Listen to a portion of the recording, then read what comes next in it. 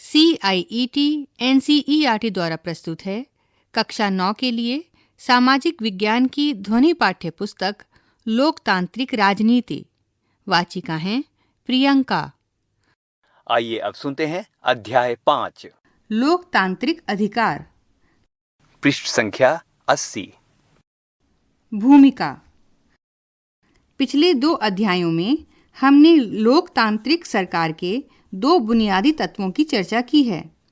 अध्याय 4 में हमने देखा कि किस तरह लोकतांत्रिक सरकार का निर्धारित अवधि में लोगों द्वारा स्वतंत्र और निष्पक्ष ढंग से चुना जाना जरूरी है। अध्याय 5 में हमने जाना कि लोकतंत्र को कुछ ऐसी संस्थाओं के ऊपर निर्भर होना चाहिए जो निर्धारित कायदे कानून के मुताबिक काम करती हों। ये तत्व जरूरी हैं, पर लोकतंत्र के लिए इन्हीं 2 का होना पर्याप्त नहीं है। चुनाव और संस्थाओं के साथ साथ तीसरा तत्व है अधिकारों का उपयोग। इसकी मौजूदगी भी सरकार के लोकतांत्रिक चरित्र के लिए जरूरी है। चुनाव और संस्थाओं के साथ साथ तीसरा तत्व है अधिकारों का उपयोग। इसकी मौजूदगी भी सरकार के लोकतांत्रिक चरित्र के लिए जरूरी है। बहुत सही ढंग से चुने हुए और स्थापित संस्थाओं के माध्यम से काम करने वाले शासकों को भी ये जरूर जानना चाहिए कि उन्हें कुछ लक्ष्मण रेखाओं का उल्लंघन नहीं करना है। नागरिकों के लोकतांत्रिक अधिकार ही इन लक्ष्मण रेखाओं का निर्माण करते हैं। इस पुस्तक के आखिरी अध्याय में हम इसी पर चर्चा करेंगे। अधिकारों के बिना जीवन कैसा होगा, इसकी कल्पना करने के लिए हम वास्तविक जीवन की कुछ घटनाओं से बात शुरू करते हैं। इससे हम इस चर्चा पर पहुंचेंगे कि अधिकारों का क्या मतलब है और हमें इनकी ज़रूरत क्यों है। पिछले अध्यायों की तरह पहले सामान्य बातों और फिर भारत पर केंद्रित चर्चा होगी। हम एक एक करके भारतीय संविधान में दर्ज मौलिक अधिकारों पर चर्चा करेंगे। फिर हम इस बात पर गौर करेंगे कि सामान्य आदमी इन अधिकारों का प्रयोग कैसे कर सकता है, इनकी रक्षा कौन करेगा और इनको लागू कौन करेगा। आखिर में हम देखेंगे कि लोकतंत्र का विस्तार करने में इन अधिकारों की कैसी भूमिका हो सकती है और हाल के वर्षों में हमारे मुल्क में इन्होंने क्या भूमिका निभाई है। पृष्ठ संख्या 81। भाग 1 अधिकारों के बिना जीवन। इस किताब में हमने अधिकारों की चर्चा बार बार की है। अगर आप याद करने की कोशिश करें तो हमने इससे पहले के सभी 5 अध्यायों में अधिकारों की बात की है। क्या आप इन खाली स्थानों को पुराने अध्यायों के अधिकारों वाली चर्चा के आधार पर भर सकते हैं? अध्याय 1 पिनोशे के शासनकाल में चिले और जारूजेल्स्की के शासन में पोलैंड लोकतांत्रिक न था क्योंकि खाली स्थान। अध्याय 2 लोकतंत्र की परिभाषा में खाली स्थान। अध्याय 3 हमारे संविधान निर्माताओं का मानना था कि मौलिक अधिकार हमारे संविधान की आत्मा जैसे हैं क्योंकि खाली स्थान। अध्याय 4 भारत के प्रत्येक वयस्क व्यक्ति को खाली स्थान और खाली स्थान का अधिकार प्राप्त है। अध्याय 5 अगर कोई कानून संविधान के खिलाफ है तो हर नागरिक को उसके खिलाफ खाली स्थान जानने का अधिकार है। आइए इन 3 उदाहरणों से बात शुरू करें कि अधिकारों के बिना जीवन कैसा होता है। गुआंतानामो बे का जेल। अमेरिकी फौज ने दुनिया भर के विभिन्न स्थानों से 600 लोगों को चुपचाप पकड़ लिया। इन लोगों को गुआंतानामो बे स्थित एक जेल में डाल दिया। क्यूबा के निकट स्थित इस टापू पर अमेरिकी नौसेना का कब्जा है। अमेरिकी सरकार कहती है कि ये लोग अमेरिका के दुश्मन हैं और न्यूयॉर्क में हुए 11 सितंबर 2001 के हमलों से इनका संबंध है। अनस के पिता जमील अल-बन्ना उन 600 लोगों में एक हैं जिन्हें केवल संदेह के आधार पर पकड़कर जेल में डाल दिया गया। अधिकांश मामलों में गिरफ्तार लोगों की देश की सरकार को उनकी गिरफ्तारी और जेल में डालने की सूचना भी नहीं दी गई। अन्य कैदियों की तरह जमील के परिवार वालों को भी अखबारों के माध्यम से ही खबर मिली कि उसे भी जेल में रखा गया है। इन कैदियों के परिवार वालों, मीडिया के लोगों और यहाँ तक कि संयुक्त राष्ट्र के प्रतिनिधियों को भी उनसे मिलने की इजाज़त नहीं दी जाती। पृष्ठ संख्या 82। अमेरिकी सेना ने उन्हें गिरफ्तार किया, उनसे पूछताछ की और उसी ने फैसला किया कि किसे जेल में डालना है, किसे नहीं। ना तो किसी भी जज के सामने मुकदमा चला और ना ही ये कैदी अपने देश की अदालतों का दरवाजा खटखटा सके। एक अंतर्राष्ट्रीय मानवाधिकार संगठन एमनेस्टी इंटरनेशनल ने गुआंतानामो बे के कैदियों की स्थिति के बारे में सूचनाएं इकट्ठी की और बताया कि उनके साथ ज्यादती की जा रही है। उनके साथ अमेरिकी कानूनों के अनुसार भी व्यवहार नहीं किया जा रहा है। अनेक कैदियों ने भूख हड़ताल करके इन स्थितियों के खिलाफ विरोध करना चाहा, पर उनको जबरदस्ती खिलाया गया या नाक के रास्ते उनके पेट में भोजन पहुंचाया गया। जिन कैदियों को आधिकारिक रूप से निर्दोष करार दिया गया था, उनको भी नहीं छोड़ा गया। संयुक्त राष्ट्र द्वारा कराई गई एक स्वतंत्र जांच से भी इन बातों की पुष्टि हुई। संयुक्त राष्ट्र संघ के महासचिव ने कहा कि गुआंतानामो बे जेल को बंद कर देना चाहिए। अमेरिकी सरकार ने इन अपीलों को मानने से इनकार कर दिया। सऊदी अरब में नागरिक अधिकार। गुआंतानामो बे का उदाहरण एक अपवाद जैसा है, क्योंकि इसमें एक देश की सरकार दूसरे देशों के नागरिकों के अधिकारों का उल्लंघन कर रही है। आइए अब सऊदी अरब का उदाहरण देखें और वहां की सरकार अपने नागरिकों को कितनी आज़ादी देती है, इस पर गौर करें। जरा इन तथ्यों पर विचार करें। 1. देश में एक वंश का शासन चलता है और राजा या शाह को चुनने या बदलने में लोगों की कोई भूमिका नहीं होती। 2. शाह ही विधायिका और कार्यपालिका के लोगों का चुनाव करते हैं। जजों की नियुक्ति भी शाह करते हैं और वे उनके फैसलों को पलट भी सकते हैं। 3. लोग कोई राजनीतिक दल या संगठन नहीं बना सकते। मीडिया शाह की मर्जी के खिलाफ कोई भी खबर नहीं दे सकती। 4. कोई धार्मिक आज़ादी नहीं है। सिर्फ मुसलमान ही यहाँ के नागरिक हो सकते हैं। यहाँ रहने वाले दूसरे धर्मों के लोग घर के अंदर ही अपने धर्म के अनुसार पूजा पाठ कर सकते हैं। उनके सार्वजनिक धार्मिक अनुष्ठानों पर रोक है। 5. औरतों को वैधानिक रूप से मर्दों से कमतर का दर्जा मिला हुआ है और उन पर कई तरह की सार्वजनिक पाबंदियां लगी हैं। मर्दों को जल्दी ही स्थानीय निकाय के चुनावों के लिए मताधिकार मिलने वाला है, जबकि औरतों को यह अधिकार नहीं मिलेगा।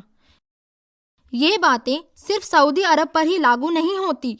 दुनिया में ऐसे अनेक देश हैं जहां ऐसी स्थितियां मौजूद हैं। कोसोवो में जातीय नरसंहार। आप यह सोच सकते हैं कि ये चीज़ें सिर्फ राजशाही में ही चल सकती हैं और चुनी हुई सरकार वाली शासन व्यवस्था में ऐसा नहीं होगा। पर कोसोवो की इस कथा पर गौर कीजिए। कोसोवो पुराने यूगोस्लाविया का एक प्रांत था जो अब टूटकर अलग हो गया है। इस प्रदेश में अल्बानियाई लोगों की संख्या बहुत ज़्यादा थी, पर पूरे देश के लिहाज से सर्ब लोग बहुसंख्यक थे। उग्र सर्ब राष्ट्रवाद के भक्त मिलोशेविक ने यहाँ के चुनावों में जीत हासिल की। उनकी सरकार ने कोसोवो के अल्बानियाई लोगों के प्रति बहुत ही कठोर व्यवहार किया। उनकी इच्छा थी कि देश पर सर्ब लोगों का ही पूरा नियंत्रण हो। अनेक सर्ब नेताओं का मानना था कि अल्बानियाई लोगों जैसे अल्पसंख्यक या तो देश छोड़कर चले जाएं या सर्बों का प्रभुत्व स्वीकार कर लें। पृष्ठ संख्या 83। कोसोवो के एक शहर में अप्रैल 1999 में एक अल्बानियाई परिवार के साथ कुछ ऐसी घटना हुई। 74 वर्षीय बतीशा होक्सा अपनी रसोई में अपने 77 वर्षीय पति इजेत के साथ बैठी आग ताप रही थी।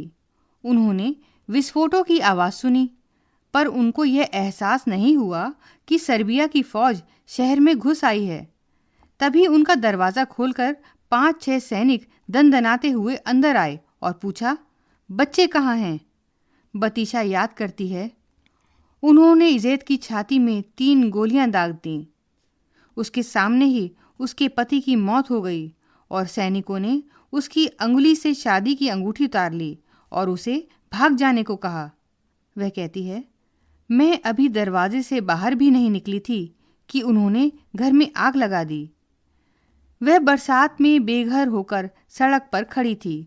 उसके पास न मकान था, न पति और न शरीर पर पहने कपड़ों के अलावा कोई और चीज।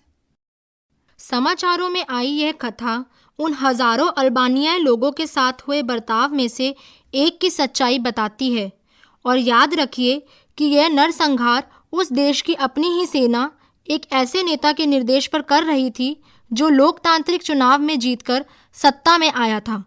जातीय पूर्वाग्रहों के चलते हाल के वर्षों में जो सबसे बड़े नरसंहार हुए हैं, उनमें यह संभवतः सबसे भयंकर था।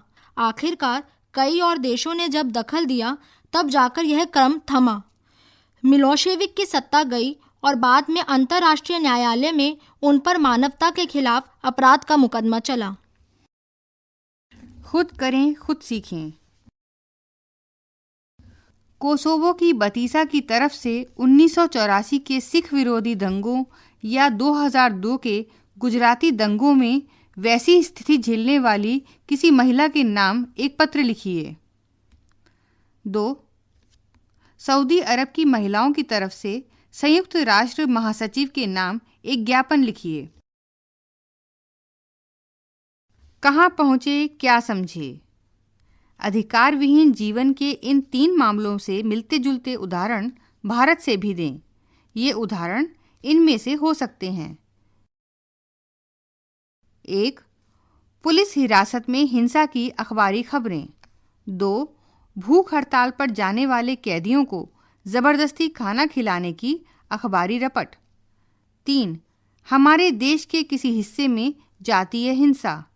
4.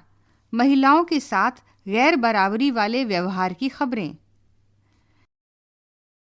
फिर इन मामलों और भारतीय मामलों के बीच समानता और अंतरों की सूची बनाएं। ये जरूरी नहीं है कि प्रत्येक मामले के लिए आप ठीक उसी तरह का भारतीय उदाहरण दें। भाग 2, लोकतंत्र में अधिकार। हमने पहले जिन उदाहरणों का जिक्र किया है उन सब पर विचार कीजिए। हर उदाहरण में जिसे कष्ट हुआ उसके बारे में सोचिए। ग्वांतानामो बे के कैदियों, सऊदी अरब की औरतों और कोसावा के अल्बानियाई लोगों और भारत में 1984 तथा 2002 के दंगों का शिकार हुए लोगों के बारे में सोचिए। अगर आप इनकी जगह होते तो आपके मन में क्या विचार आते? अगर आपके हाथ में महत्वपूर्ण फैसले करने का अधिकार हो तो आप बताई गई घटनाओं को ना होने देने के लिए क्या करेंगे? पृष्ठ संख्या 84। शायद आप एक ऐसी व्यवस्था बनाना चाहेंगे जिसमें लोगों की सुरक्षा, उनके सम्मान का ख्याल और समान अवसर जरूर हों। जैसे आप ये चाह सकते हैं कि बिना उचित कारण और सूचना के किसी को गिरफ्तार ना किया जाए, और अगर किसी को गिरफ्तार किया जाता है तो उसे अपना पक्ष रखने और अपने आप को निर्दोष साबित करने के पर्याप्त अवसर मिलें। आप इस पर सहमत हो सकते हैं कि ऐसा भरोसा सभी चीज़ों पर लागू नहीं हो सकता। हम हर किसी से जिन चीज़ों की मांग करते हैं या जिन बातों की उम्मीद करते हैं उसमें हमें तार्किक नज़रिया अपनाना चाहिए, क्योंकि उसे ये चीज़ें सबको उपलब्ध करानी हैं। पर आप इस बात पर जोर दे सकते हैं कि आश्वासन सिर्फ कागज़ों में ही ना रहे, उन पर अमल भी हो, और जो लोग ऐसा ना करें उनको सज़ा भी मिले। दूसरे शब्दों में कहें तो आप एक ऐसी व्यवस्था बनाना चाहेंगे जहां हर किसी को कुछ न्यूनतम बातों की गारंटी होगी। अमीर या गरीब, ताकतवर या कमज़ोर, बहुसंख्यक या अल्पसंख्यक, हर किसी को इन न्यूनतम चीज़ों की गारंटी होगी। अधिकारों की सोच के पीछे यही भावना होती है। अधिकार क्या है? अधिकार किसी व्यक्ति का अपने लोगों, अपने समाज और अपनी सरकार से दावा है। हम सभी खुशी से, बिना डर भय के और अपमानजनक व्यवहार से बचकर जीना चाहते हैं।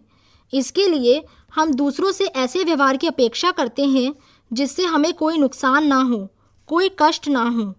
इसी प्रकार हमारे व्यवहार से भी किसी को नुकसान नहीं होना चाहिए, कोई कष्ट नहीं होना चाहिए। इसलिए अधिकार तभी संभव है जब आपका अपने बारे में किया हुआ दावा दूसरे पर भी समान रूप से लागू हो। आप ऐसे अधिकार नहीं रख सकते जो दूसरों को कष्ट दें या नुकसान पहुंचाएं। आप इस तरह क्रिकेट खेलने के अधिकार का दावा नहीं कर सकते कि पड़ोसी की खिड़की के शीशे टूट जाएं और आपके अधिकार का कुछ ना हो। युगोस्लाविया के सर्ब लोग पूरे देश पर सिर्फ अपना दावा नहीं कर सकते थे। सो हम जो दावे करते हैं वे तार्किक भी होने चाहिए। वे ऐसे होने चाहिए कि हर किसी को समान मात्रा में उन्हें दे पाना संभव हो। इस प्रकार हमें कोई भी अधिकार इस बाध्यता के साथ मिलता है कि दूसरे के अधिकारों का आदर करें। हम कुछ दावे कर दें सिर्फ इतने भर से वह हमारा अधिकार नहीं हो जाता। इसे उसे पूरे समाज से भी स्वीकृति मिलनी चाहिए जिसमें हम रहते हैं। हर समाज अपने आचरण को व्यवस्थित करने के लिए कुछ कायदे कानून बनाता है। ये कायदे कानून हमें बताते हैं कि क्या सही है, क्या गलत है। समाज जिस चीज़ को सही मानता है, सबके अधिकार लायक मानता है, वही हमारे भी अधिकार होते हैं। इसीलिए समय और स्थान के हिसाब से अधिकारों की अवधारणा भी बदलती रहती है। 200 साल पहले अगर कोई कहता कि औरतों को भी वोट देने का अधिकार होना चाहिए तो उसे अजीब माना जाता। आज सऊदी अरब में उनको वोट का अधिकार ना होना ही अजीब लगता है। जब समाज में मान्य कायदों को लिखत पढ़त में ला दिया जाता है तो उनको असली ताकत मिल जाती है। इसके बिना वे प्राकृतिक या नैतिक अधिकार ही रह जाते हैं। गुआंतानामो बे के कैदियों को अपने दमन का विरोध करने का, उसे गलत बताने का सिर्फ नैतिक अधिकार है, पर वे इसके भरोसे किसी ऐसे व्यक्ति या संस्था के पास नहीं जा सकते जो उन्हें लागू करा दे। पृष्ठ संख्या 85। जब कानून कुछ दावों को मान्यता देता है तो उनको लागू किया जा सकता है, फिर हम उन्हें लागू करने की मांग कर सकते हैं। अगर अन्य नागरिक या सरकार इन अधिकारों का आदर नहीं करते, इनका उल्लंघन करते हैं, तो हम इसे अपने अधिकारों का हनन कहते हैं।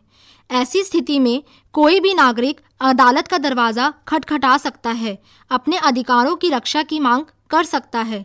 इसलिए हम अगर किसी दावे को अधिकार कहते हैं तो उसमें ये 3 बुनियादी चीज़ें होनी चाहिए। अधिकार लोगों के तार्किक दावे हैं। इन्हें समाज से स्वीकृति और अदालतों द्वारा मान्यता मिली होती है। लोकतंत्र में अधिकारों की क्या जरूरत है? लोकतंत्र की स्थापना के लिए अधिकारों का होना जरूरी है। लोकतंत्र में हर नागरिक को वोट देने और चुनाव लड़कर प्रतिनिधि चुने जाने का अधिकार है। लोकतांत्रिक चुनाव हों, इसके लिए लोगों को अपने विचारों को व्यक्त करने की, राजनैतिक पार्टी बनाने और राजनैतिक गतिविधियों की आज़ादी का होना जरूरी है। लोकतंत्र में अधिकारों की एक खास भूमिका भी है। अधिकार बहुसंख्यकों के दमन से अल्पसंख्यकों की रक्षा करते हैं। ये इस बात की व्यवस्था करते हैं कि बहुसंख्यक किसी लोकतांत्रिक व्यवस्था में मनमानी ना करें। अधिकार स्थितियों के बिगड़ने पर एक तरह की गारंटी जैसे हैं। अगर कुछ नागरिक दूसरों के अधिकारों को हड़पना चाहें तो स्थिति बिगड़ सकती है। यह स्थिति आमतौर पर तब आती है जब बहुमत के लोग अल्पमत में आ गए लोगों पर प्रभुत्व कायम करना चाहते हैं।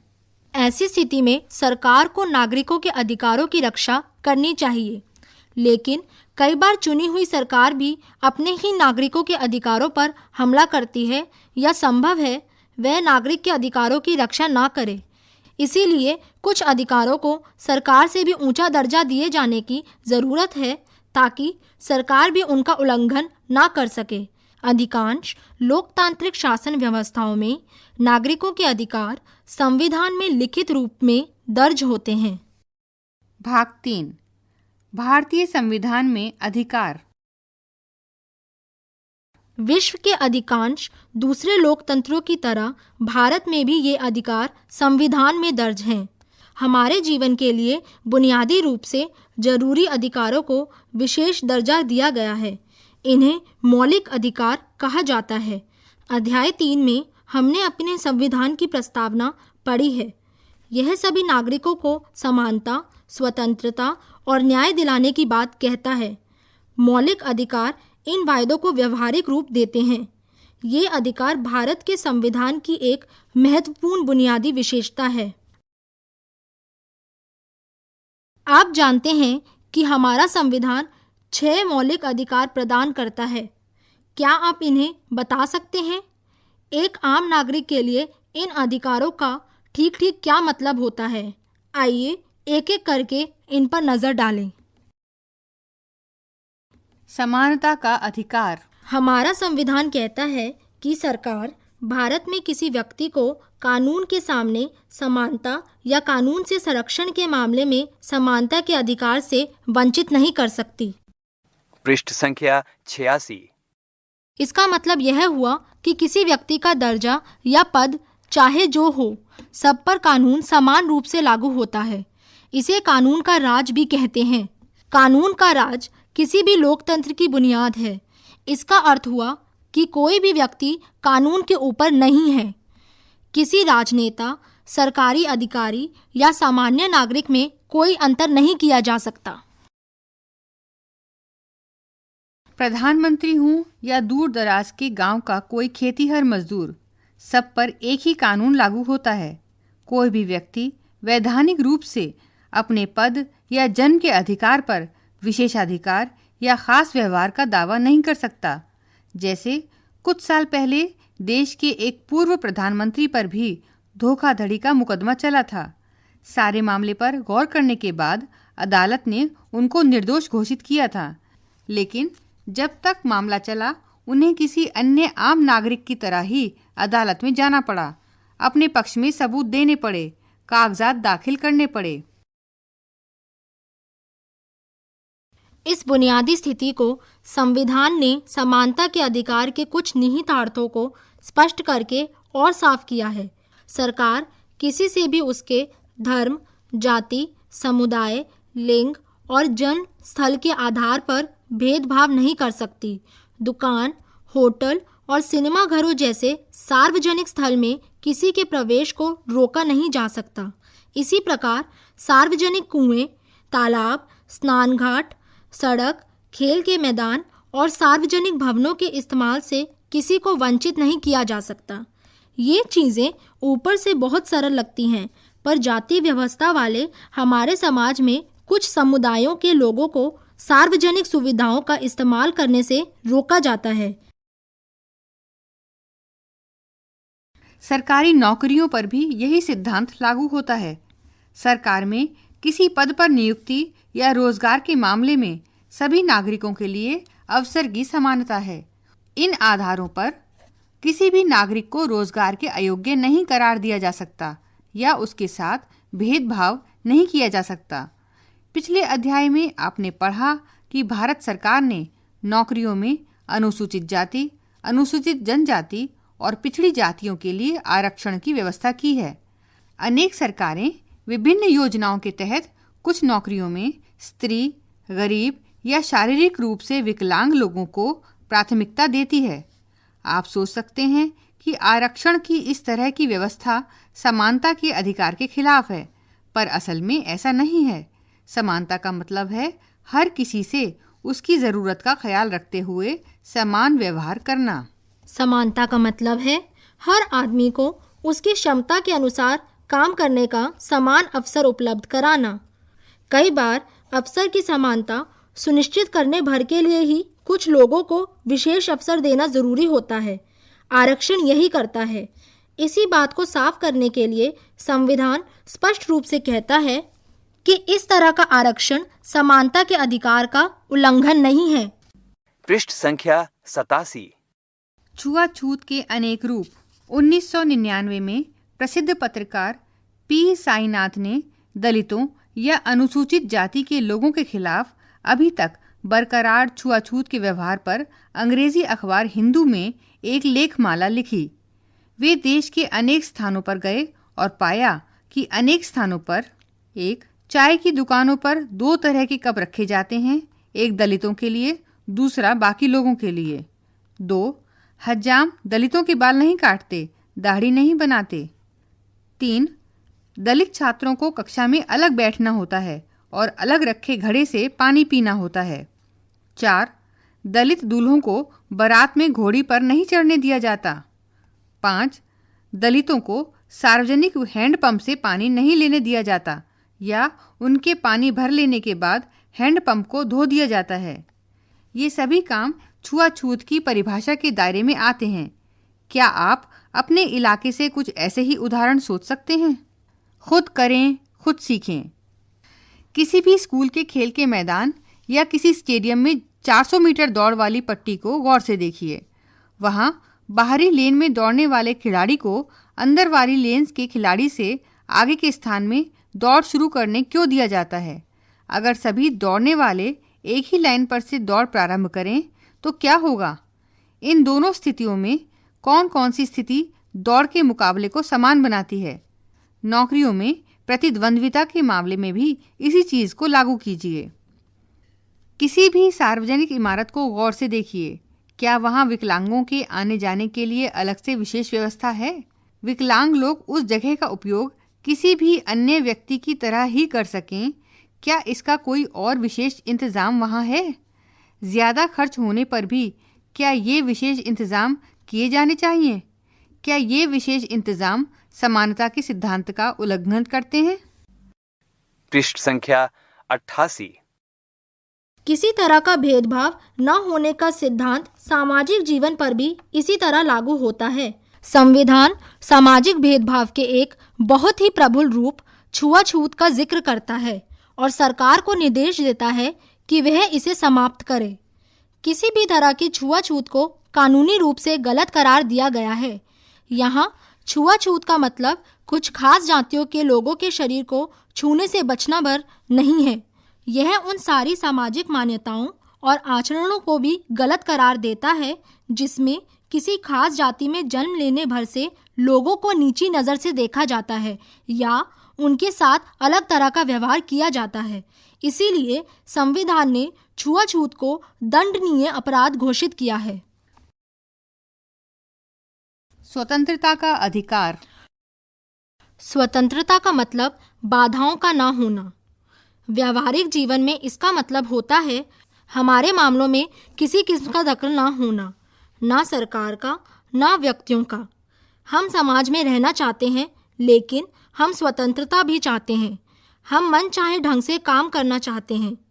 कोई हमें यह आदेश ना दे कि इसे ऐसे करो, वैसे करो।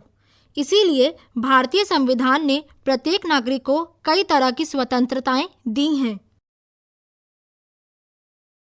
1. अभिव्यक्ति की स्वतंत्रता। 2.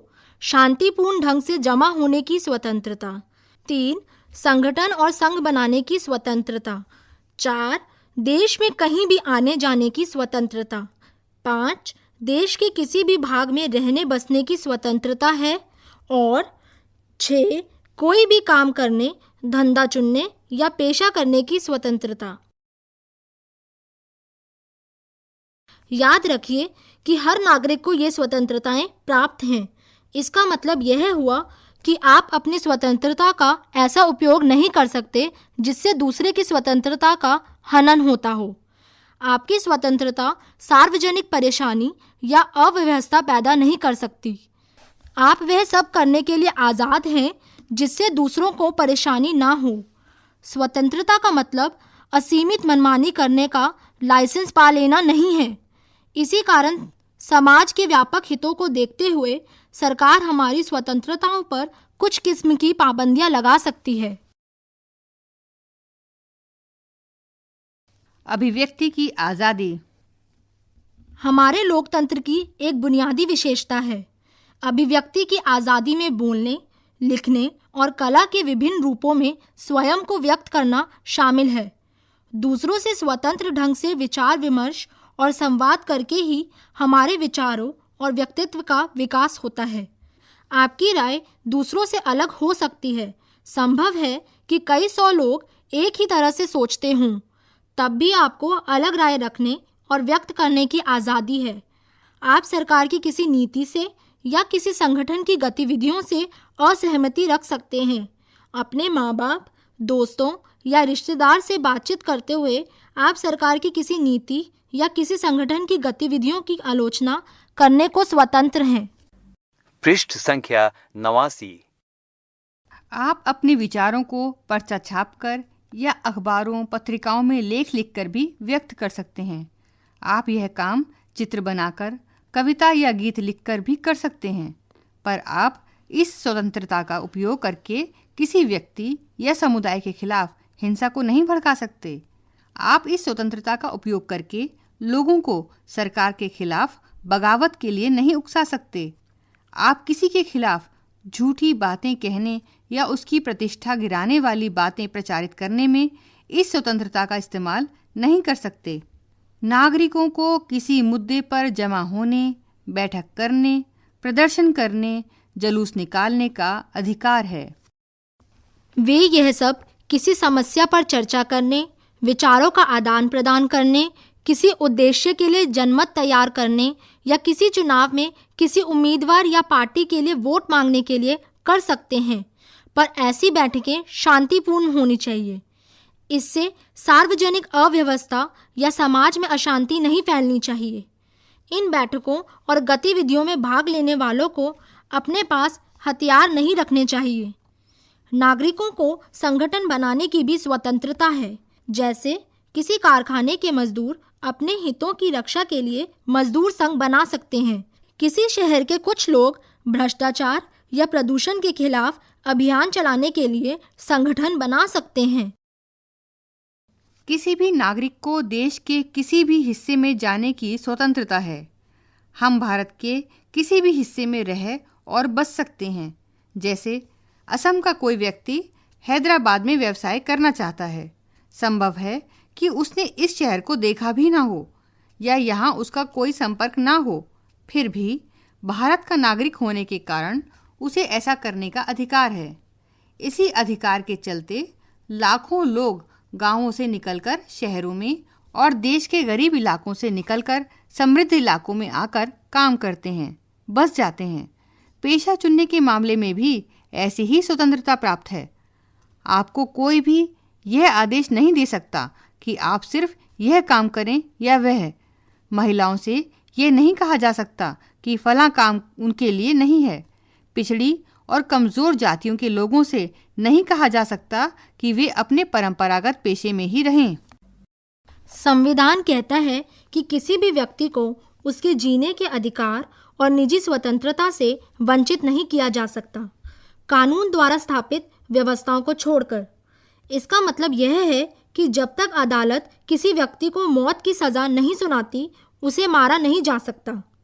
इसका यह भी मतलब है कि कानूनी आधार होने पर सरकार या पुलिस अधिकारी किसी नागरिक को गिरफ्तार कर सकता है। अगर वे ऐसा करते हैं तब भी उन्हें कुछ नियमों का पालन करना पड़ता है। 1. गिरफ्तार या हिरासत में लिए गए व्यक्ति को उसकी गिरफ्तारी और हिरासत में लेने के कारणों की जानकारी देनी होती है। पृष्ठ संख्या 90। 2. गिरफ्तार या हिरासत में लिए गए व्यक्ति को सबसे निकट के मजिस्ट्रेट के सामने गिरफ्तारी के 24 घंटों के अंदर प्रस्तुत करना होता है। 3. ऐसे व्यक्ति को वकील से विचार विमर्श करने और अपने बचाव के लिए वकील रखने का अधिकार होता है। आइए एक बार फिर से ग्वांतानामो बे और कोसोवो को याद करें। इन दोनों ही मामलों में शिकार लोगों को सभी स्वतंत्रताओं में सबसे बुनियादी 2 चीज़ों, जीवन रक्षा और निजी स्वतंत्रता से वंचित रखा गया है। कहाँ पहुँचे, क्या समझे? क्या ये उदाहरण स्वतंत्रता के अधिकार के उल्लंघन के हैं? अगर हाँ, तो प्रत्येक में संविधान के कौन से प्रावधान का उल्लंघन हुआ है? 1. भारत सरकार ने सलमान रुश्दी की किताब सैटेनिक वर्सेस को इस आधार पर प्रतिबंधित कर दिया कि इसमें पैगंबर मोहम्मद के प्रति अनादर का भाव दिखाया गया और इससे मुसलमानों की भावनाओं को ठेस पहुंच सकती है। 2. हर फिल्म को सार्वजनिक प्रदर्शन से पूर्व भारत सरकार के सेंसर बोर्ड से प्रमाण पत्र लेना होता है, पर वही कहानी अगर किताब या पत्रिका में छपे तो उस पर ऐसी पाबंदी नहीं है। 3. सरकार इस बात पर विचार कर रही है कि कुछ खास औद्योगिक क्षेत्रों या अर्थव्यवस्था के कुछ क्षेत्रों में काम करने वालों को यूनियन बनाने और हड़ताल पर जाने का अधिकार नहीं होगा। 4. नगर प्रशासन ने माध्यमिक परीक्षाओं के मद्देनज़र शहर में रात 10 बजे के बाद सार्वजनिक लाउडस्पीकर के प्रयोग पर पाबंदी लगा दी है। शोषण के खिलाफ अधिकार। स्वतंत्रता और बराबरी का अधिकार मिल जाने के बाद स्वाभाविक है कि नागरिक को यह अधिकार भी हो कि कोई उसका शोषण ना कर सके। हमारे संविधान निर्माताओं ने इसे भी संविधान में लिखित रूप से दर्ज करने का फैसला किया ताकि कमजोर वर्गों का शोषण ना हो सके। संविधान ने खास तौर से 3 बुराइयों का जिक्र किया है और इन्हें गैर कानूनी घोषित किया है। पहला, संविधान मनुष्य जाति के अवैध व्यापार का निषेध करता है। आमतौर पर ऐसे धंधे का शिकार महिलाएं होती हैं जिनका अनैतिक कामों के लिए शोषण होता है। दूसरा, हमारा संविधान किसी किस्म के बेगार या जबरन काम लेने का निषेध करता है।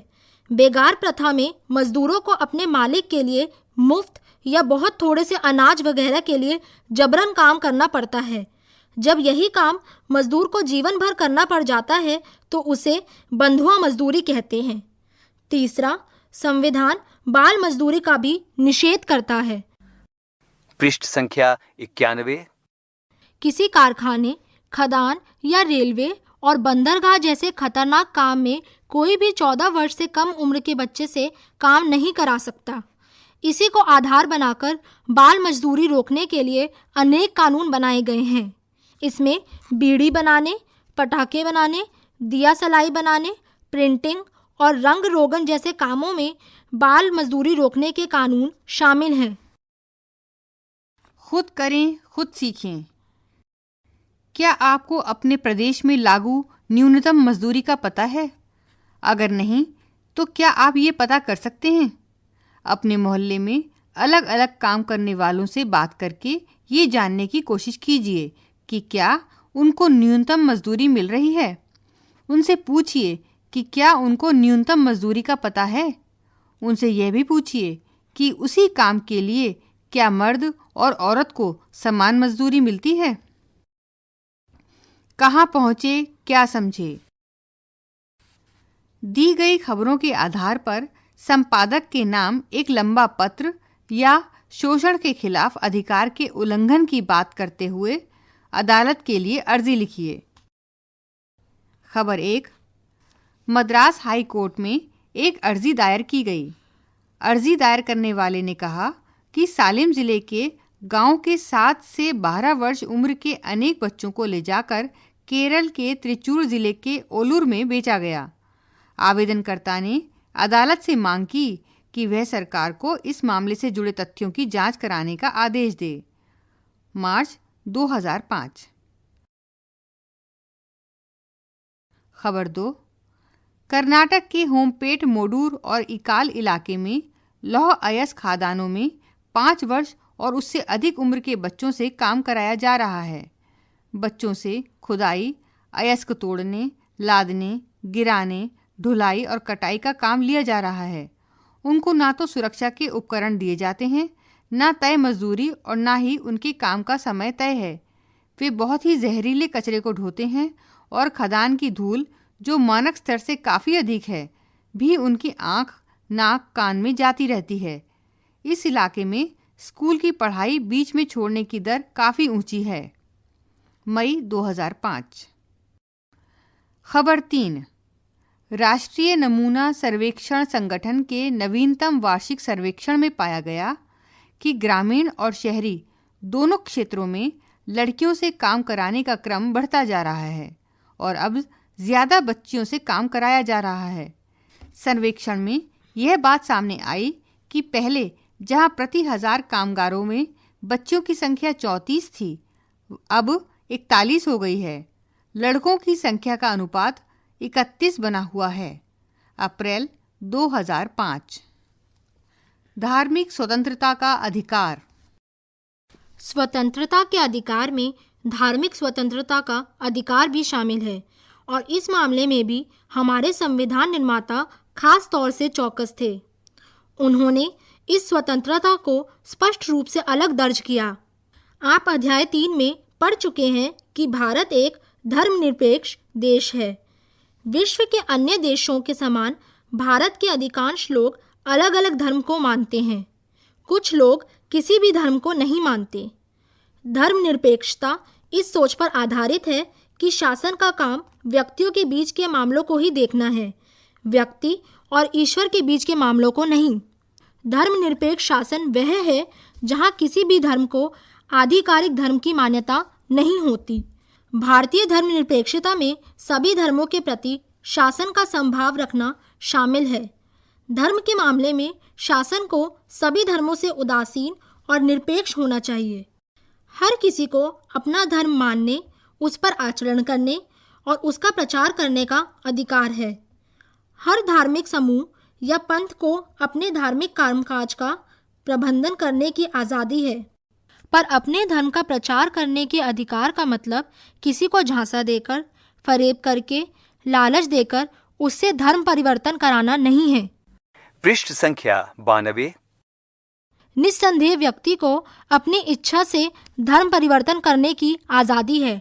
अपना धर्म मानने और उसके अनुसार आचरण करने का यह अर्थ भी नहीं है कि व्यक्ति अपने मन के अनुसार जो चाहे सो करे। जैसे कोई आदमी देवता या कथित अदृश्य शक्तियों को संतुष्ट करने के लिए नर बलि या पशु बलि नहीं दे सकता। औरतों को कमतर मानने या औरतों की आज़ादी का हनन करने वाले धार्मिक रीति रिवाजों पर आचरण करने की अनुमति नहीं है। जैसे कोई ज़बरदस्ती किसी विधवा का मुंडन नहीं करा सकता या उसे सिर्फ सफ़ेद कपड़े पहनने के लिए मजबूर नहीं कर सकता। धर्मनिरपेक्ष शासन का मतलब किसी एक धर्म का पक्ष लेना या उसे विशेषाधिकार देना भी नहीं है। ना ही ऐसा शासन किसी व्यक्ति को उसकी धार्मिक मान्यताओं के कारण सजा दे सकता है या उसके साथ भेदभाव कर सकता है। इसी प्रकार सरकार किसी धर्म या धार्मिक संस्था को बढ़ावा देने या उसके रख रखाव के लिए कर देने के लिए भी किसी व्यक्ति को मजबूर नहीं कर सकती। सरकारी शैक्षिक संस्थानों में किसी किस्म का धार्मिक निर्देश भी नहीं होना चाहिए। अगर किसी शैक्षिक संस्थान का संचालन कोई निजी संस्था करती है तो वहाँ के किसी भी व्यक्ति को प्रार्थना में हिस्सा लेने या किसी धार्मिक निर्देश का पालन करने के लिए मजबूर नहीं किया जा सकता। सांस्कृतिक और शैक्षिक अधिकार। आप हैरान हो सकते हैं कि हमारे संविधान निर्माता अल्पसंख्यकों के अधिकारों की लिखित गारंटी को लेकर इतने सचेत क्यों थे। बहुसंख्यकों के लिए ऐसी कोई गारंटी क्यों नहीं है? इसका सीधा सा कारण यह है कि लोकतंत्र की कार्यपद्धति अपने आप बहुसंख्यकों को ज्यादा ताकत दे देती है। अल्पसंख्यकों को ही भाषा, संस्कृति और धर्म के विशेष संरक्षण की जरूरत होती है, अन्यथा वे बहुसंख्यकों की भाषा, धर्म और संस्कृति के प्रभाव में पिछड़ते चले जाएंगे। इसी के चलते संविधान अल्पसंख्यकों के सांस्कृतिक और शैक्षिक अधिकारों को स्पष्ट करता है। 1. नागरिकों में विशिष्ट भाषा या संस्कृति वाले किसी भी समूह को अपनी भाषा और संस्कृति को बचाने का अधिकार है। 2. किसी भी सरकारी या सरकारी अनुदान पाने वाले शैक्षिक संस्थान में किसी नागरिक को धर्म या भाषा के आधार पर दाखिला लेने से नहीं रोका जा सकता। 3. सभी अल्पसंख्यकों को अपनी पसंद का शैक्षिक संस्थान स्थापित करने और चलाने का अधिकार है। यहाँ अल्पसंख्यक का अर्थ राष्ट्रीय स्तर पर धार्मिक अल्पसंख्यक भर नहीं है। किसी स्थान पर एक खास भाषा को बोलने वालों का बहुमत होगा, वहाँ अलग भाषा बोलने वाले अल्पसंख्यक होंगे। जैसे आंध्र प्रदेश में तेलुगु बोलने वालों का बहुमत है, पर कर्नाटक में वे अल्पसंख्यक हैं। पंजाब में सिख बहुसंख्यक हैं, पर राजस्थान, हरियाणा और दिल्ली में वे अल्पसंख्यक हैं। पृष्ठ संख्या 93। कहाँ पहुँचे, क्या समझे। इन खबरों को पढ़िए और प्रत्येक में जिस अधिकार की चर्चा है उसकी पहचान कीजिए। 1. शिरोमणि गुरुद्वारा प्रबंधक कमेटी की आपात बैठक में हरियाणा के सिख धार्मिक स्थलों के प्रबंधन के लिए अलग संगठन बनाने के प्रस्ताव को ठुकरा दिया गया। सरकार को यह चेतावनी दी गई कि सिख समुदाय अपने धार्मिक स्थलों में किसी भी किस्म की दखलंदाजी बर्दाश्त नहीं करेगा। जून 2005। 2. इलाहाबाद हाई कोर्ट ने अलीगढ़ मुस्लिम विश्वविद्यालय को अल्पसंख्यक दर्जा देने वाले केंद्रीय कानून को रद्द कर दिया और मेडिकल स्नातकोत्तर डिग्री कोर्स में सीटों के आरक्षण को गैर कानूनी करार दिया। जनवरी 2005। 3. राजस्थान सरकार ने धर्म परिवर्तन विरोधी कानून बनाने का फैसला किया है। ईसाई नेताओं का कहना है कि इस विधेयक से अल्पसंख्यकों में डर और असुरक्षा की भावना बढ़ेगी। मार्च 2005। हमें ये अधिकार कैसे मिल सकते हैं? यद्यपि अधिकार गारंटी की तरह है, तब भी ये हमारे किसी काम के नहीं हैं अगर इन गारंटियों को मानने और लागू करने वाला ना हो। संविधान में दिए गए मौलिक अधिकार महत्वपूर्ण हैं, इसीलिए इन्हें लागू किया जा सकता है। हमें अधिकारों को लागू कराने की मांग करने का अधिकार है। हमारे पास उन्हें लागू कराने के उपाय हैं। इसे संवैधानिक उपचार का अधिकार कहा जाता है। यह भी एक मौलिक अधिकार है। यह अधिकार अन्य अधिकारों को प्रभावी बनाता है। संभव है कि कई बार हमारे अधिकारों का उल्लंघन कोई और नागरिक या कोई संस्था या फिर स्वयं सरकार ही कर रही हो, पर जब इनमें से हमारे किसी भी अधिकार का उल्लंघन हो रहा हो तो हम अदालत के जरिए उसे रोक सकते हैं, इस समस्या का निदान पा सकते हैं। अगर मौलिक अधिकारों का मामला हो तो हम सीधे सर्वोच्च न्यायालय या किसी राज्य के उच्च न्यायालय में जा सकते हैं। इसी कारण डॉक्टर अंबेडकर ने संवैधानिक उपचार के अधिकार को हमारे संविधान की आत्मा और हृदय कहा था। मौलिक अधिकार विधायिका, कार्यपालिका और सरकार द्वारा गठित किसी भी अन्य प्राधिकारी की गतिविधियों तथा फैसलों से ऊपर है। मौलिक अधिकारों का उल्लंघन करने वाला कोई कानून नहीं बन सकता, कोई फैसला नहीं लिया जा सकता। विधायिका या कार्यपालिका के किसी भी फैसले या काम से मौलिक अधिकारों का हनन हो या उनमें कमी हो तो यह फैसला या काम ही अवैध हो जाएगा। हम केंद्र और राज्य सरकारों द्वारा बनाए गए ऐसे कानूनों को, उनकी नीतियों और फैसलों को या राष्ट्रीयकृत बैंक या बिजली बोर्ड जैसे उनके द्वारा गठित संस्थाओं की नीतियों और फैसलों को चुनौती दे सकते हैं। वे भी व्यक्तियों या निजी संस्थाओं के खिलाफ मौलिक अधिकार के मामले में दखल दे सकती हैं। सर्वोच्च न्यायालय या उच्च न्यायालयों को मौलिक अधिकार लागू करने के मामले में निर्देश देने, आदेश या रिट जारी करने का अधिकार है। अदालतें गड़बड़ी का शिकार होने वालों को हर्जाना दिलवा सकती हैं और गड़बड़ी करने वालों को दंडित कर सकती हैं।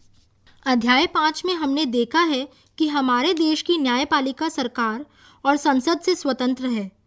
हमने यह भी देखा है कि न्यायपालिका बहुत शक्तिशाली है और नागरिकों के अधिकारों के लिए जो कुछ जरूरी हो वह करने में सक्षम है। पृष्ठ संख्या 94। मौलिक अधिकारों के हनन के मामले में कोई भी पीड़ित व्यक्ति न्याय पाने के लिए तुरंत अदालत में जा सकता है, पर अब अगर मामला सामाजिक या सार्वजनिक हित का हो तो ऐसे मामलों में मौलिक अधिकारों के उल्लंघन को लेकर कोई भी व्यक्ति अदालत में जा सकता है। ऐसे मामलों को जनहित याचिका के माध्यम से उठाया जाता है। इसमें कोई भी व्यक्ति या समूह सरकार के किसी कानून या काम के खिलाफ सार्वजनिक हितों की रक्षा के लिए सर्वोच्च न्यायालय या किसी उच्च न्यायालय में जा सकता है।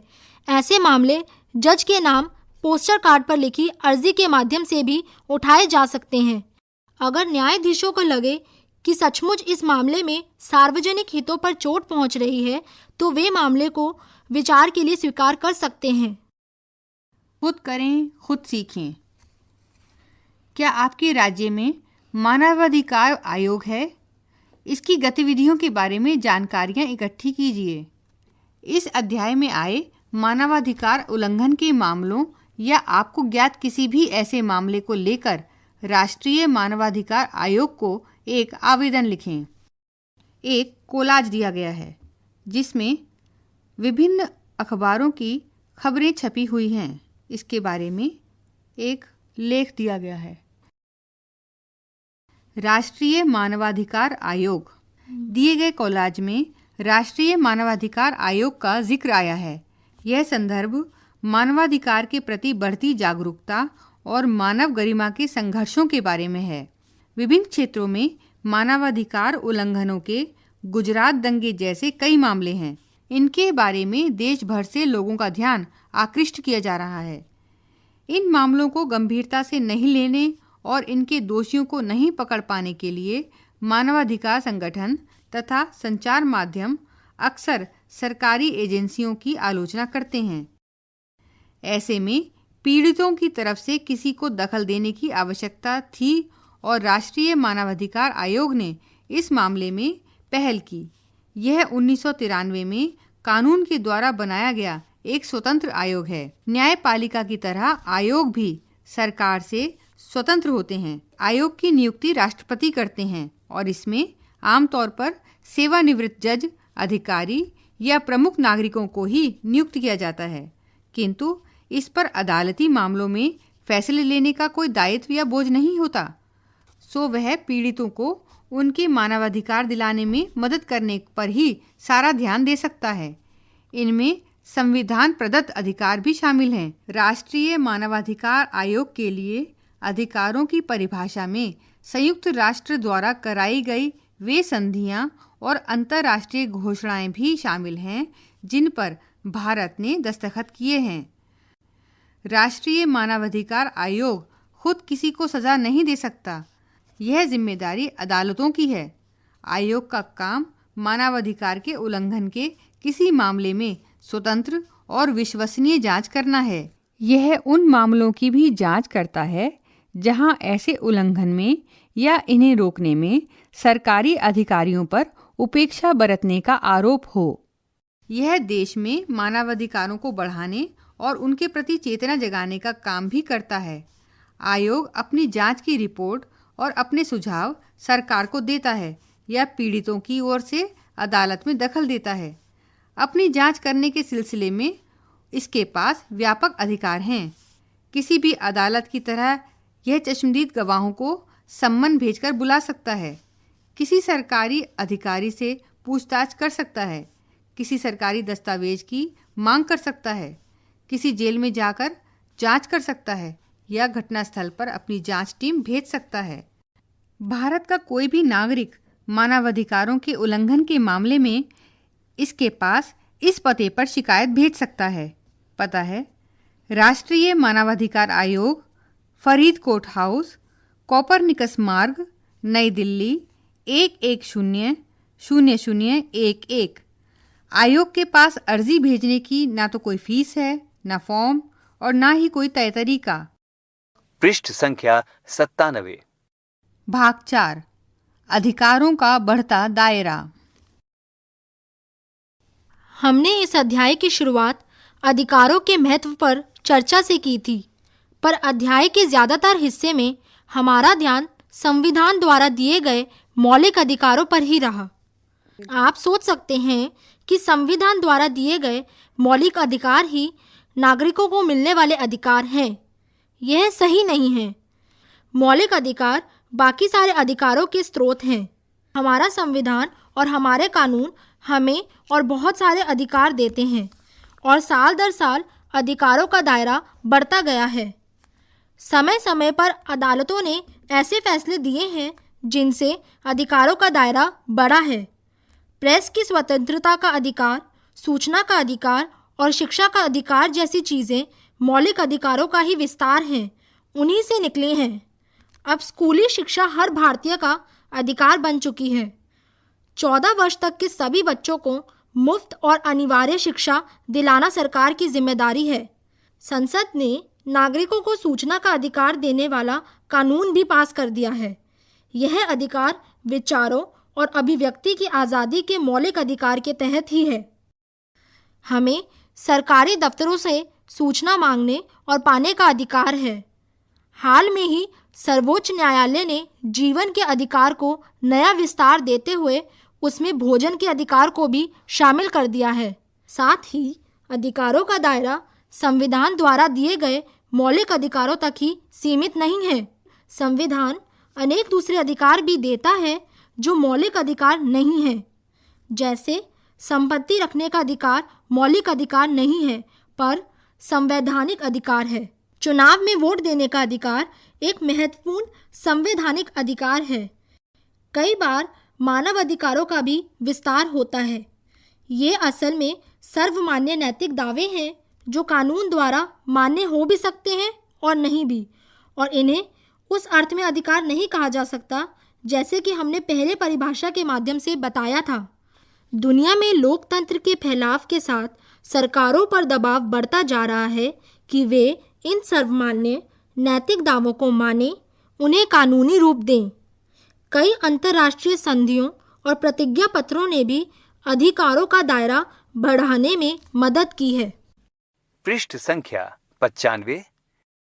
इस प्रकार हम देखते हैं कि अधिकारों का दायरा बढ़ता जा रहा है और हर समय नए अधिकार सामने आ रहे हैं। ये लोगों के संघर्षों से हासिल हुए हैं। समाज के विकास या नए संविधानों के निर्माण के साथ नए अधिकार सामने आते हैं। संविधान बनाने संबंधी अध्याय में हमने देखा है कि दक्षिण अफ्रीका के संविधान में नागरिकों को कई तरह के नए अधिकार मिले हैं। इनमें से कुछ इस प्रकार हैं। निजता का अधिकार। इसके कारण नागरिकों और उनके घरों की तलाशी नहीं ली जा सकती, उनके फ़ोन टैप नहीं किए जा सकते, उनकी चिट्ठी पत्री को खोलकर पढ़ा नहीं जा सकता। पर्यावरण का अधिकार। ऐसा पर्यावरण पाने का अधिकार जो नागरिकों के स्वास्थ्य या कुशलक्षेम के प्रतिकूल ना हो।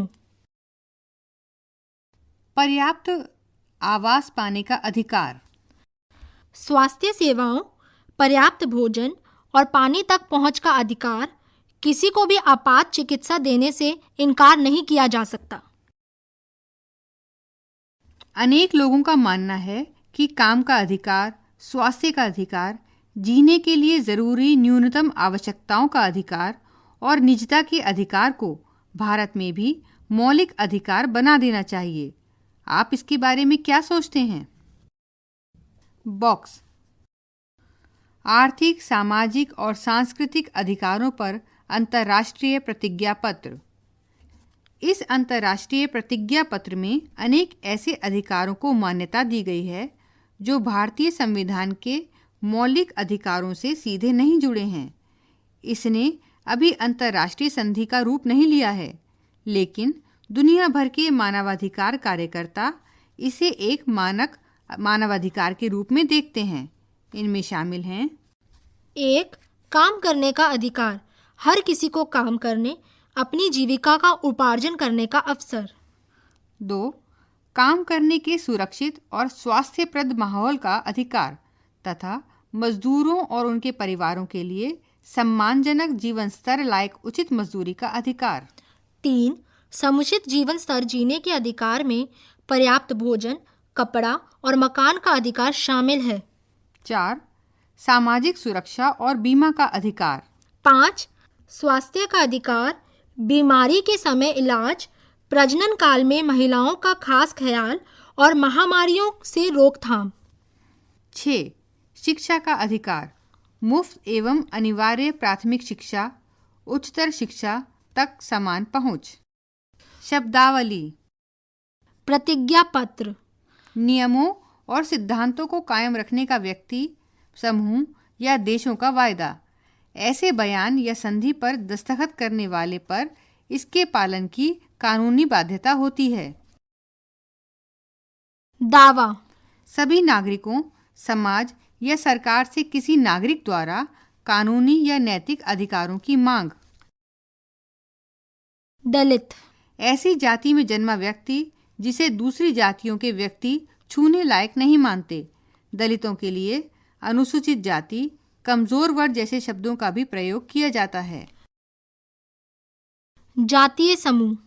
मानव जाति का ऐसा समूह जिसमें लोग आपस में एक मूल या सम्यक वंश के हों। एक जातीय समूह के लोग सांस्कृतिक आचरणों, धार्मिक विश्वासों और ऐतिहासिक स्मृतियों के जरिए जुड़े होते हैं। सम्मन अदालत द्वारा जारी एक आदेश जिसमें किसी व्यक्ति को अदालत के सामने पेश होने के लिए कहा गया हो। अवैध व्यापार अनैतिक कामों के लिए स्त्री, पुरुष या बच्चों की खरीद बिक्री। रिट उच्च न्यायालय या सर्वोच्च न्यायालय द्वारा सरकार को जारी किया गया एक औपचारिक लिखित आदेश। एमनेस्टी इंटरनेशनल मानवाधिकारों के लिए काम करने वाले कार्यकर्ताओं का एक अंतर्राष्ट्रीय संगठन। यह संगठन दुनिया भर में मानवाधिकारों के उल्लंघन पर स्वतंत्र रिपोर्ट जारी करता है। पृष्ठ संख्या 97। प्रश्नावली। प्रश्न 1।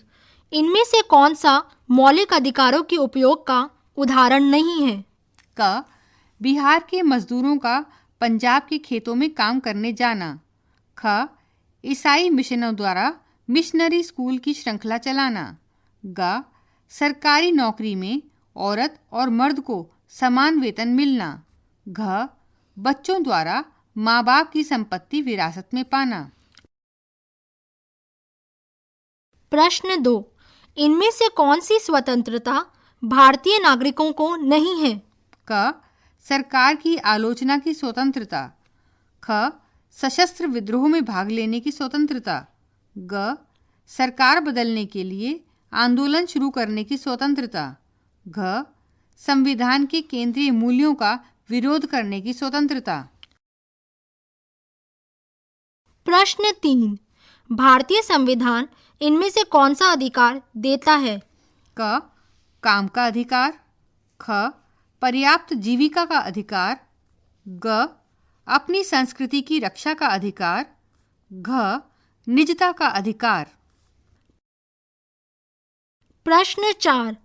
उस मौलिक अधिकार का नाम बताएं जिसके तहत ये स्वतंत्रताएं आती हैं। क. अपने धर्म का प्रचार करने की स्वतंत्रता। ख. जीवन का अधिकार। ग. छुआछूत की समाप्ति। घ. बेगार पर प्रतिबंध। प्रश्न 5। लोकतंत्र और अधिकारों के बीच संबंधों के बारे में इनमें से कौन सा बयान ज्यादा उचित है? अपनी पसंद के पक्ष में कारण बताएं। क. हर लोकतांत्रिक देश अपने नागरिकों को अधिकार देता है। ख. अपने नागरिकों को अधिकार देने वाला हर देश लोकतांत्रिक है। ग. अधिकार देना अच्छा है पर यह लोकतंत्र के लिए जरूरी नहीं है। प्रश्न 6। स्वतंत्रता के अधिकार पर ये पाबंदियां क्या उचित हैं? अपने जवाब के पक्ष में कारण बताएं। क. भारतीय नागरिकों को सुरक्षा कारणों से कुछ सीमावर्ती इलाकों में जाने के लिए अनुमति लेनी पड़ती है। ख. स्थानीय लोगों के हितों की रक्षा के लिए कुछ इलाकों में बाहरी लोगों को संपत्ति खरीदने की अनुमति नहीं है। ग. शासक दल को अगले चुनाव में नुकसान पहुंचा सकने वाली किताब पर सरकार प्रतिबंध लगाती है। पृष्ठ संख्या 98। प्रश्न 7। मनोज एक सरकारी दफ्तर में मैनेजर के पद के लिए आवेदन देने गया। वहां की किरानी ने उसका आवेदन लेने से मना कर दिया और कहा, झाड़ू लगाने वाले का बेटा होकर तुम मैनेजर बनना चाहते हो? तुम्हारी जाति का कोई कभी इस पद पर आया है? नगर पालिका के दफ्तर जाओ और सफाई कर्मचारी के लिए अर्जी दो। इस मामले में मनोज के किस मौलिक अधिकार का उल्लंघन हो रहा है? मनोज की तरफ से जिला अधिकारी के नाम लिखे एक पत्र में इसका उल्लेख करो। प्रश्न 8। जब मधुरिमा संपत्ति के पंजीकरण वाले दफ्तर में गई तो रजिस्ट्रार ने कहा, आप अपना नाम मधुरिमा बनर्जी बेटी A.K. बनर्जी नहीं लिख सकती। आप शादीशुदा हैं और आपको अपने पति का ही नाम देना होगा। फिर आपके पति का उपनाम तो राव है, इसीलिए आपका नाम भी बदलकर मधुरिमा राव हो जाना चाहिए। मधुरिमा इस बात से सहमत नहीं हुई। उसने कहा, अगर शादी के बाद मेरे पति का नाम नहीं बदला तो मेरा नाम क्यों बदलना चाहिए? अगर वह अपने नाम के साथ पिता का नाम लिखते रह सकते हैं तो मैं क्यों नहीं लिख सकती? आपकी राय में इस विवाद में किसका पक्ष सही है और क्यों? प्रश्न 9। मध्य प्रदेश के होशंगाबाद जिले के पिपरिया में हजारों आदिवासी और जंगल में रहने वाले लोग सतपुड़ा राष्ट्रीय पार्क, बोरी वन्यजीव अभयारण्य और पंचमढ़ी वन्यजीव अभयारण्य से अपने प्रस्तावित विस्थापन का विरोध करने के लिए जमा हुए। उनका कहना था कि यह विस्थापन उनकी जीविका और उनके विश्वासों पर हमला है। सरकार का दावा है कि इलाके के विकास और वन्य जीवों के संरक्षण के लिए उनका विस्थापन जरूरी है। जंगल पर आधारित जीवन जीने वाले की तरफ से राष्ट्रीय मानवाधिकार आयोग को एक पत्र इस मसले पर सरकार द्वारा दिए जा सकने वाला संभावित जवाब और इस मामले पर मानवाधिकार आयोग की रिपोर्ट तैयार करो। प्रश्न 10। इस अध्याय में पढ़े विभिन्न अधिकारों को आपस में जोड़ने वाला एक मकड़ जाल बनाएं।